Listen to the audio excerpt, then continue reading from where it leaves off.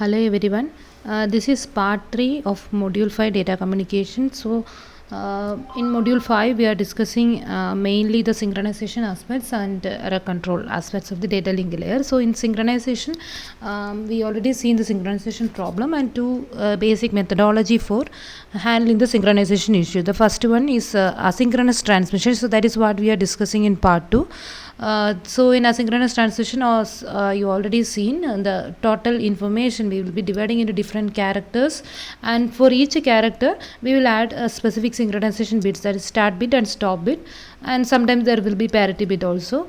Now by seeing the start bit at every time, the receiver is now able to resynchronize at the beginning of each character. So that is the speciality there. So as we are breaking like that, even though there is some what called the clock drift, the receiver clock is slightly showing any drift with respect to the sender clock, it will not it will keep accumulating, but it will not go to a bigger accumulation error, because we are just breaking our information into different characters. We are not trying to send long streams of information. So that is how we are handling it. Now even though you are dividing your information into say 8 bits, making a character, still that if the receiver clock is not in synchronization with the sender clock, and that drift is somewhat a bigger value, there may be certain issues, and that is what we are going to see. That means with the asynchronous transmission, how it is possible for you to have a clock synchronization issue related to drift. So we will take an example here. Some 8-bit character is being sent with the start bit and the stop bit, of course, and the 8-bit let it be the parity bit or information if we are not using parity or error detection key. Here you can see the clock of the transmitter or the transmitter timing information, and what about the receiver timing information, assuming that the particular from the transition point of view, time is being started at 0, like that. So both synchronized at the beginning of a new character. See, you can see that initially it was idle, and as soon as this is a start bit. Okay, so as soon as the receiver is getting the start bit representing 0, it is ready with its clock. But we assumed that the receiver clock is a little bit slower, so some 6% slower compared to the sender clock, and that is why even though the sender is trying to with respect to the sender, if you are taking a particular bit, this is a bit duration, the middle of the bit is reaching at say 50 microseconds. So this bit duration we assume like 100 microsecond. We will see how we are getting it. Just listen here, explanation about this example. The figure shows the effect of timing error of sufficient magnitude to cause an error in the reception. So the error is little bit high, that is why it is leading to synchronization issue. In this example, we assume that the data rate of 10,000 bits per second or 10 kilobits per second, just an example we taken like that. That means the sender is generating 10 kilobits in every second. So therefore each bit is of 0.1 millisecond duration, right? That means in 1 second 10,000 bits are generated. Then what is the time taken for a single bit? 1 by 10,000 seconds. 1 by 10,000 seconds means 0.1 into 10 power minus 3, that is millisecond. Okay, now you can multiply numerator and denominator by 1000, it will be 100. 10 raised to minus 3 is already there, one more 10 raised to minus 3 will come, that is micro, 10 raised to minus 6 totally. Okay, so hope it is clear. The sender's data rate is 10,000 bits per second, that is in 1 second 10,000 bits are being communicated. That is 10 raised to 4 bits in 1 second. So the time taken for a single bit is or the duration of a particular bit is 1 by 10 raised to 4. Multiply numerator and denominator by 100, you will be getting 100 by 10 raised to 6.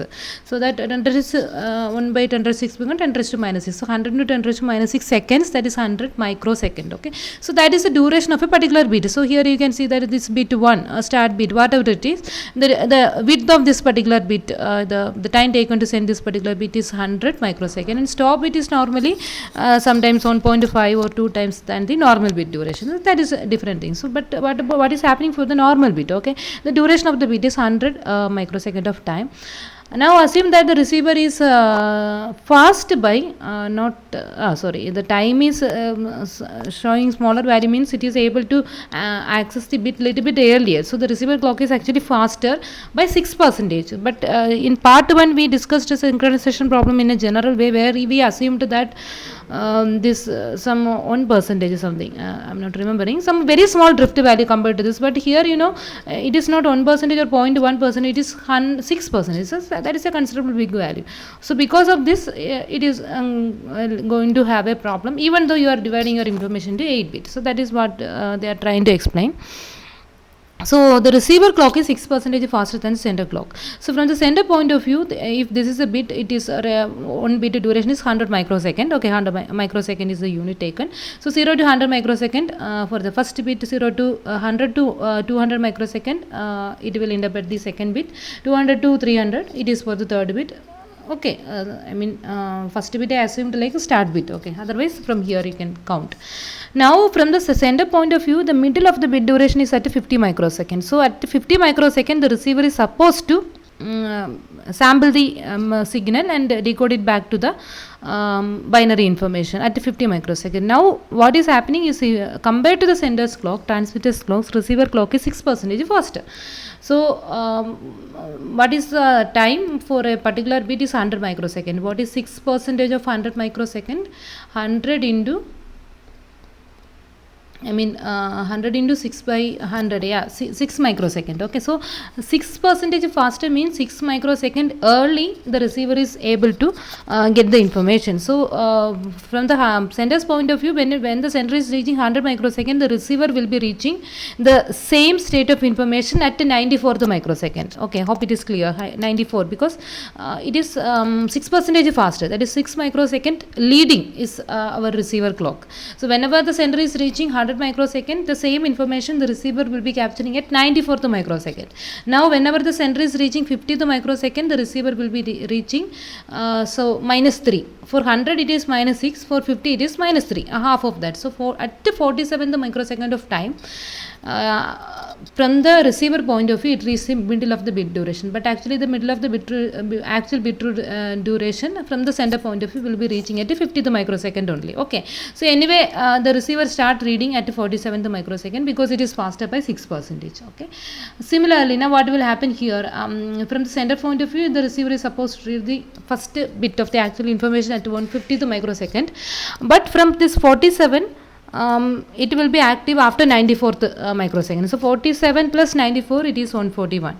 So instead of 150, now it started reading at 141 microseconds. So see what is happening. Okay, so here it is when it reaches 50, some 3 microsecond it is leading.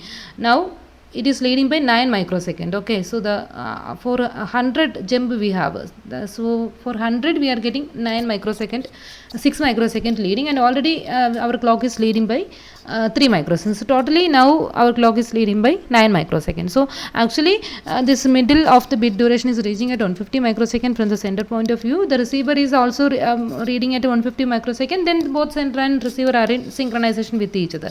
But as they are not in synchronization with each other, or the receiver is a little bit faster, not little bit, 6% faster, drift is being shown by the receiver, it will be interpreting the same information at 141 the microsecond of time.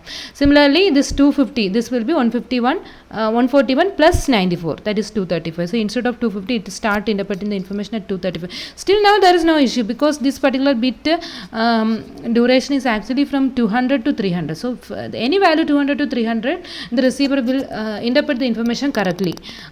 Means during from 200 to 300 microsecond, any time if the receiver is able to decode the information, it will get the correct information because that bit will be showing the same voltage level. Okay, from 200 to 300. Similarly here 255 plus 94, 329, again fine. 300 to 400, it is fine. If it keep on going right, you keep on adding 94, and finally at this point, and the 7th bit, if you are seeing it, the receiver started decoding the 7th bit at 705 microsecond of time.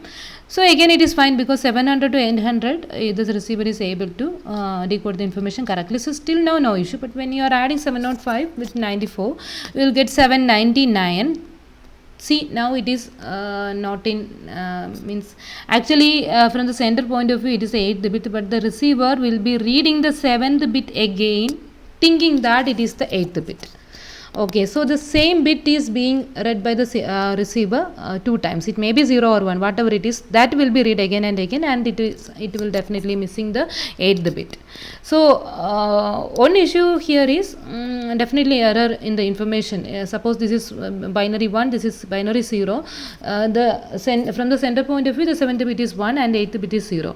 Now the receiver point of view, both the 7th and 8th bit are 1 1 only, because by thinking that it is the 8th bit, it is actually reading the 7th bit because of this drift, because it is faster now too much. Okay, still this there is no issue, but at this point it is breaking that. So this is how we are getting the synchronization issue because we assumed a bigger drift value, but in most of the cases we will not allow our devices to be showing this much drift value. So if you are using a more accurate, I mean, I think if you assume 5% drift rate with this example, there will not be any issue. Okay, you can take that example and you can work out. So till that it is fine. So that is our tolerable limit. When we are exceeding that value, definitely it is also going to give an error, but that is not a big issue, because we we can use a more accurate clock at the receiver side also. That is how we can solve this issue, but still issue is not completely resolved. So that is what I am trying to say. Now another problem you can see is so I assumed that the 7th bit is 1 and 8th bit is 0. So what is happening, the receiver will be interpreting both 7th and 8th bit as 1. So now what will happen in the next cycle? Next cycle it will read the 8th bit. Now the 8th bit is actually 0. See, from the sender point of view, this 8th bit is 0 indicates what? 8th bit is 0 means it is actually the data, the current data. But from the receiver point of view, it completed 8 bits, right? Now it is reading the 9th bit or the stop bit. So it will it is supposed to get the stop bit, but without stop bit it is getting the start bit. So the receiver may think that it is starting of a new frame, right? But see, actually it is a stop bit and the channel may be idle for some time. Idle is represented by 1 again, so the receiver may interpret it as an information like 11111, like some 81, say 255, whatever it is. Because this 8th bit actual information of our current character, the receiver is mistakenly interpreting it as a start of a new character, because from the receiver point of view, the information is coming like you keep reading 8 bits, then you stop, and the next immediately when you are getting 0 as a bit, this is a symbol that the new character is coming. So like that the receiver is having information, so accordingly the receiver algorithm will be working. So it will read the 7th bit 2 times, assuming that the current character is over. Now the 8th bit, if it is 0, it will interpret it as a beginning of a new character, so that the remaining idle bits it may be reading information. So like that this simple character error, now it is moving towards a bigger error. I mean, subsequently some wrong characters is also being read by the receiver, but actually such wrong characters are not there. Okay, and also you can think it in any level. Okay, so anyway, it is not a big issue, because we will not allow this much drift, but drift is crossing 5%, definitely this kind of an issue may happen.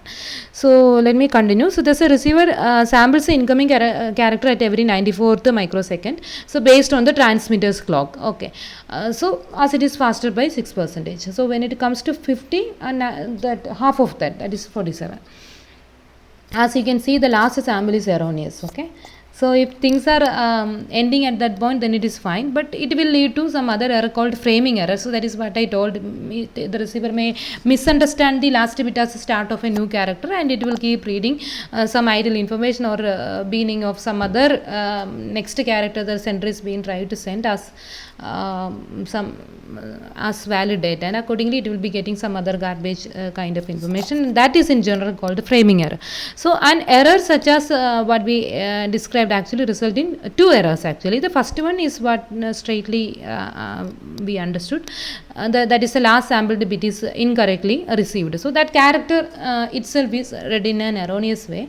Second, the bit count may now be out of alignment. That means the first character I mean bit count in the sense 8 bit and followed by the ninth bit is actually from the sender point of view it is the data, but the receiver point of view it is the start of a new character. So like that it will be mistakenly reading the bits. Okay.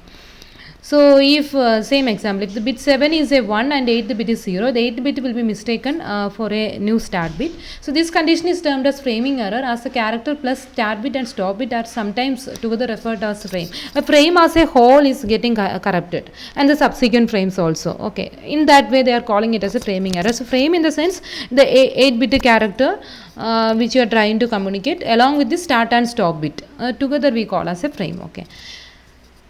So a framing error can also occur if some noise condition causes the false appearance of a start bit during the idle state, and that is another situation where you can see similar error, because idle state means it is fully represented by one in our default example, 1 in the sense a low voltage. So simply the sender don't want to send any information, so our transmission media will be showing a binary 1 indicating that there is no information. But on the way, suppose for a long time the sender don't want to send any information, so it is 1 by default according to our synchronization scheme. But after some time, due to some transmission impairments, some kind of error happened, and this 1 is getting changed to 0. Immediately the receiver will think that it is beginning of a new frame, but actually it was idle only. From the sender point of view, it is not sending any information, but due to some erroneous situation, that 1 get shuffled to 0. Assume such a situation, it can happen, right? Because this is only signals, so their voltage level may change at any time due to some noise, attenuation, like that, other factors. So that again leads to reading of the receiver. Actually there is no valid information, but the receiver is simply mistakenly reading it as some information because it got that start bit. So that is a problem if you are fixing the start and stop bit in this way. Okay, so this is one issue, the error, but if you are making your drift, if you are making maximum accurate clock at the receiver side, but 100% accuracy is not possible. Okay, so that is our limitation, but still we can maintain maximum accuracy, and so that we can ensure that the error, even though it is there, it is not exceeding that 5%, something like that. So in that way you can solve this issue. But still we have some other issue with asynchronous transmission, and some plus are there. That is what we see. So if you are looking at the pros, the positives, the asynchronous transmission is simple, right? Because there is nothing complexity involved. Simply you divide your information into, say, some 5 to 8 bits, add a start and stop bit. So we have a straightforward algorithm. So it is a very simple and cheap technique, but requires an overhead of 2 or 3 bits per character. So this is the limitation here. So that is a very considerable limitation. Other than the error and all those things we can tolerate, but what about the overhead? Okay, so every character, some 2 bits you are just wasting as the start and stop bit, right? So it is just like this. For example, our we have 8-bit character with no parity. Okay, parity also there. That is again another overhead that we are not considering. Assume that all the 8 bits we are using some other technique for error detection. Now using a 1 bit long stop bit, and of course 1 bit start bit also, that they didn't specify specifically. Means stop bit maybe 1 to 2 times bigger than the bit duration of the normal information. So here they assumed that let the stop bit is also 1 bit duration. So in that case we have start bit, stop bit and 8-bit character together. We have 10 bits. Out of the 10 bits, 2 bits are actually overhead. That means they are not carrying any information. Simply for the synchronization purpose, you are adding that start and stop bit. Okay, so they are just for synchronization, and they are not at all. So along with every 10 bits, 2 bits the receiver has to eliminate. They are simply moving through our medium without any use. Actually, use in the sense synchronization is the use, but they are not conveying actual information. So 2 out of every 10 bits convey no information, but are there merely for synchronization. Thus we have an overhead of 20%, because out of 10 bits 2 are overhead. So 2 by 10 into 100, 20% overhead we have. So that is a big value as a whole when we are considering. That means every 100 bits, some 20 bits are just wasted for the synchronization. Every 8 bits, every 10 bits, 2 bits are wasted. So that will generalize like every 100 bits we will be getting 20 bits as wastage. And see if there are 1000 bits accordingly. Okay, 20% is our wastage that we want to reduce. So the percentage of overhead could be reduced by sending large blocks of bits between the start and stop bit. So in this example, by default, we taken 8 bits between the start and stop bit, and we are getting 20% as overhead. But instead of this 8 bit, if you increase some 80 bits, some bigger value, some or 20 bits like that, definitely this overhead value will be less. So 2 out of 10 will be now 2 out of some 20, or 2 out of some 40, or 2 out of some 100. So whatever it is, overhead will be less. If we are giving a start and a stop bit for 100 bits, for example 100 bits, then what will be the overhead? So out of 100 bit, 2 bit are say for synchronization purpose, it will be 2 by 100, then it is only 2%. So you can reduce this overhead error if we increase the number of bits between start and stop bit, but that will lead to the drift related error, because when in the previous example we saw that when it is 6% drift with 8 bits itself, we are getting synchronization issue and error, everything. But see, the same thing will be accumulated to what level if it is 100 bits between start and stop bit. So definitely that level of drift 6% you have to reduce much, and that will lead to some other physical in clock maintenance and that kind of complexity. So that is the idea. So but as a larger blocks bits, the greater the cumulative timing error. So like what we seen. So to achieve greater efficiency, we need an entirely different scheme for synchronization, and that is what is suggested by the synchronous transmission technique. So that is our next topic of discussion. So with this I am winding up discussion on asynchronous transmission. Hope you understood how things are working. So compare between synchronous and asynchronous is a repeatedly asking question. To simply understand, and finally you should be able to write down everything in some table format, like select each point from asynchronous transmission and see how it is being handled by synchronous transmission. So in detail we will see how this synchronous transmission is working. Okay. So that about the asynchronous transmission, its pros, cons, everything. Hope it is clear. Now in the next part we will see how synchronous transmission is working. Thank you.